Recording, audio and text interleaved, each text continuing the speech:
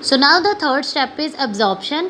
अब जैसे देखो फूड डाइजेस्ट तो हो गया, वो अब कॉम्प्लेक्स से सिंपलेस्ट सब्सटेंसेस में बन गया।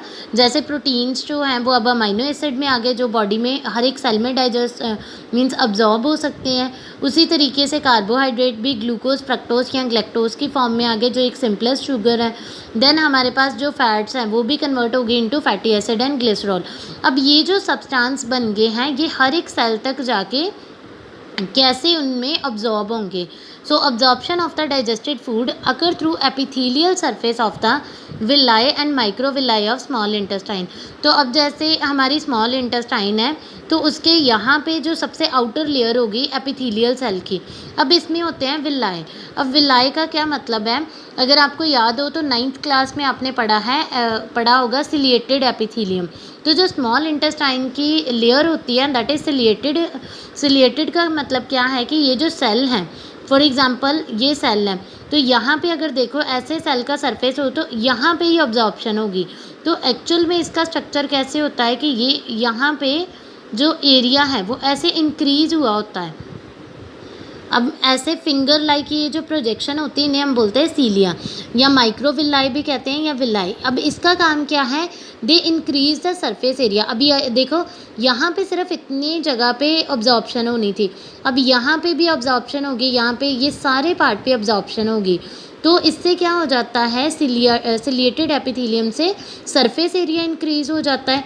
More the surface area more will be absorption, उतनी अब्जॉर्प्शन ज़्यादा होगी।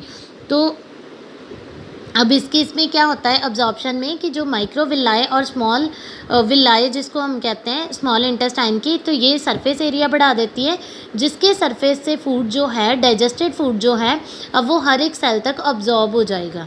सो देन हमारे पास आता है, so the fourth step is assimilation. अब असिमिलेशन का प्रोसेस क्या होता है, in which absorbed nutrients are utilize to resynthesize complex molecules like carbohydrate, protein, fats inside the cell. अब जैसे हमारे हर एक सेल तक फूड तो पहुंच गया, अब्जॉर्ब भी हो गया, तो हर एक सेल में वो अब कौन सी फॉर्म में गया था, सिंपलेस्ट फॉर्म में। अब वो दोबारा क्या करेगा, सेल तक तो सिंपल फॉर्म में ही जाना था, वो फिर से रीसिंथेसाइज होगा, मीन्स फिर से एनाबॉलिक एक्टिविटीज़ होंगी, एनाबॉलिक पाथवे फॉलो होगा। एनाबॉलिक हमने पढ़ा था, वो जो सिंपलेस्ट से कॉम्प्लेक्स सब्सटेंसेस बनाएंगे। तो एक बार सेल ने वो न्यूट्रिएंट को यूटिलाइज करना है to resynthesize the complex molecule, means फिर से कार्बोहाइड्रेट सेल में जाके बनेंगे, प्रोटीन बनेंगे और फैट्स बनेंगे। अब ऐसा क्यों होता है कि पहले सारा कुछ डाइजेस्ट होकर सिंपल फॉर्म में जाए और फिर से कॉम्प्लेक्स थिंग्स बने, बिकॉज जो हमारे सेल तक जाना है हर एक सब्सटेंस ने, अमीनो एसिड ने, ग्लूकोज ने, तो वो सीधा कार्बोहाइड्रेट, प्रोटीन या फैट की फॉर्म में नहीं जा सकते, बिकॉज ये क्या होता है, ये सेल मेम्ब्रेन जो होती है ना हर एक सेल की, उसको क्रॉस नहीं कर सकते, लेकिन अमीनो एसिड क्रॉस कर सकते हैं या फिर ग्लूकोज क्रॉस कर सकता है, लेकिन कार्बोहाइड्रेट ये कॉम्प्लेक्स होते हैं तो ये क्रॉस नहीं कर सकते। तो यहाँ पे सिमुलेशन होगा कि यूटिलाइज करके वो दोबारा से रीसिंथेसाइज करेंगे ताकि कार्बोहाइड्रेट उनको एनर्जी दे और प्रोटीन और जो फैट है वो बॉडी को बिल्डअप करें। So then the last one we have is egestion. So the removal of waste product from the body is known as egestion.